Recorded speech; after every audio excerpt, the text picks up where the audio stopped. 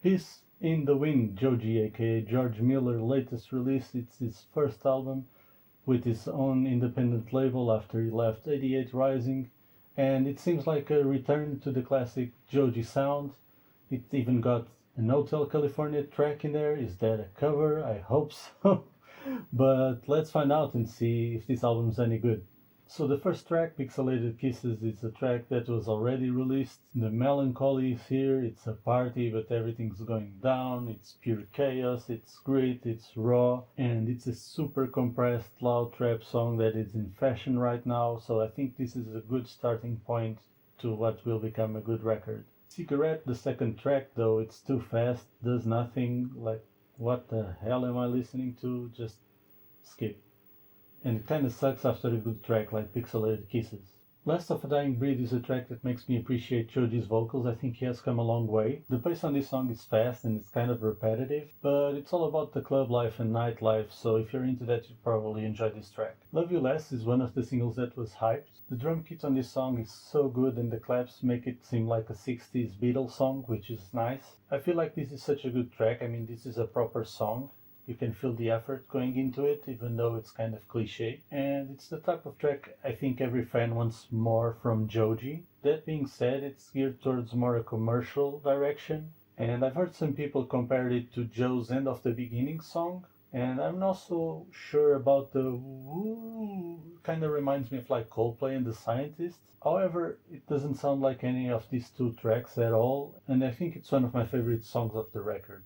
The following track, It Only Gets Better, takes me back to those Ballad Ones and Chloe Burbank days. I know Joji worked with some of his oldest producers in this record, so it's only natural that this record has some of that classic Joji sound. So this track made me happy, of course.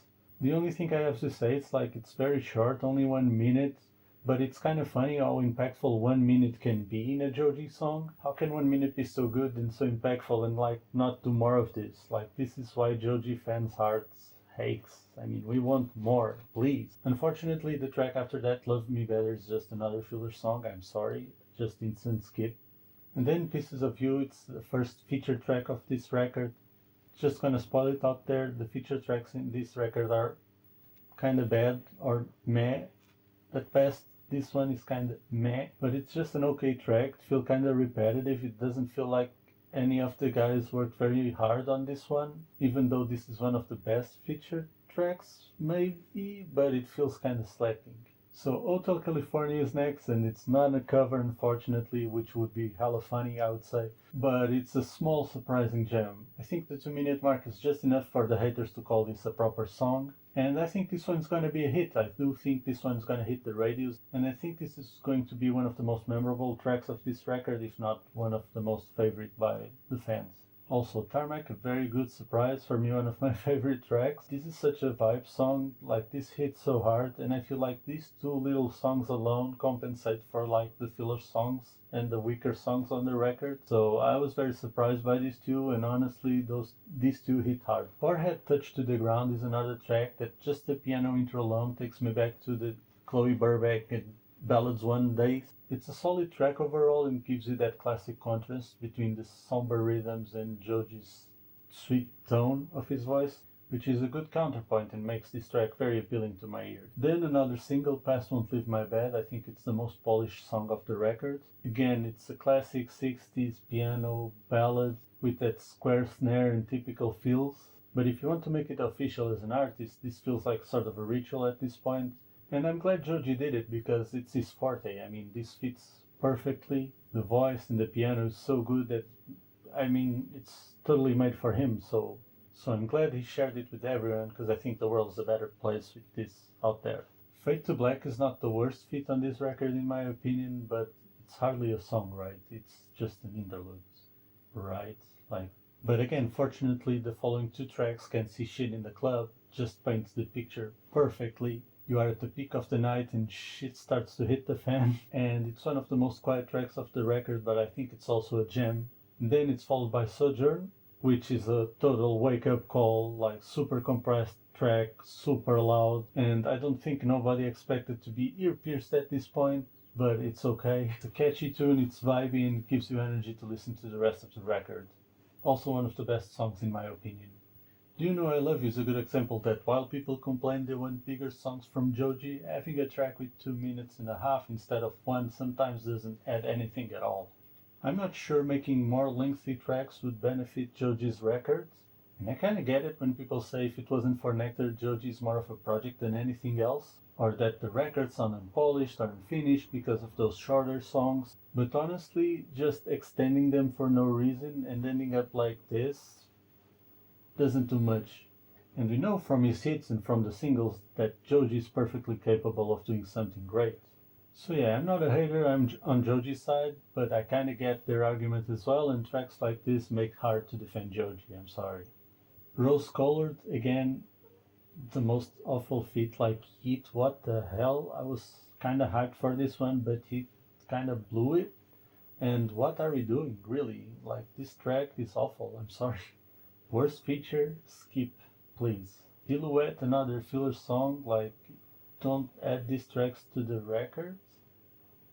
Just don't. And from here, I feel like the last tracks in the album are not so polished as the first ones, but that doesn't mean they are bad at all. I don't think Fragments is a filler song. I think Don't Oliver gives some structure to the song and makes it an actual proper song. Lyrically, there are some references to In Tongues as well, so that is kinda cool, which I think makes it conceptually work in this record.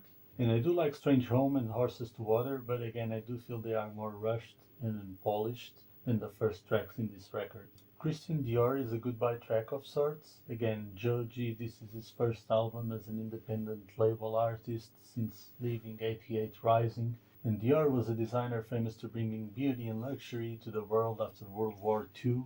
So maybe Joji is also trying to do the same, reintroduce beauty to the world, saying goodbye to his darker past and darker days with Filthy Frank side and Pink Guy side and 88 Rising as well. It feels like he's committed to leave the darkness and bring light to the world. So in conclusion, is this the start of Joji's prime? I feel like this is a bit controversial because at first listen with all those smaller tracks and the fast pace, it will feel like the album's a bit rushed or unfinished, especially after the bittersweet taste that Smithereen left, but I do think this is a more finished product than the Smithereens.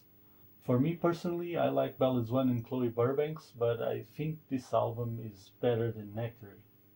It is definitely what I expected from Smithereens. The last album felt like super unfinished, and there was a lot of hype on this one because it was finally the album that Joji was free to do what he wanted after the bad blood with 88 Rising. So I think people were expecting like a massive produced record. But who knows, maybe these are just the tracks he had worked on for the last 3 years with 88 Rising that he didn't want to release with the label, and now that it's free, he wants to throw it out to the world. I've been listening to this record non-stop over the weekend and also some other Joji albums, and despite the initial impression, if you keep listening to it, it kinda grows on you. The more and more you listen, the more you find new things, and it's a diverse record. You can see him introducing new sounds that he hasn't explored yet and going in different directions, but also bringing back some of that classic sound. And I do think it's an enjoyable record, even if at first listen you were expecting something different and it's not what you wanted or feels unfinished or unpolished. I do still think this is a good record overall. I am also on the team that would prefer 10 songs that are 3 minutes and more polished over 20 that are more shorter, but in a way I do think this is more raw and more direct, and it does feel like a more mature product, so I enjoy that part of it. I think Joji is getting closer and closer to what he wants as an artist and to his ideal sound. Hence, this might be the start of Joji's prime, to be honest.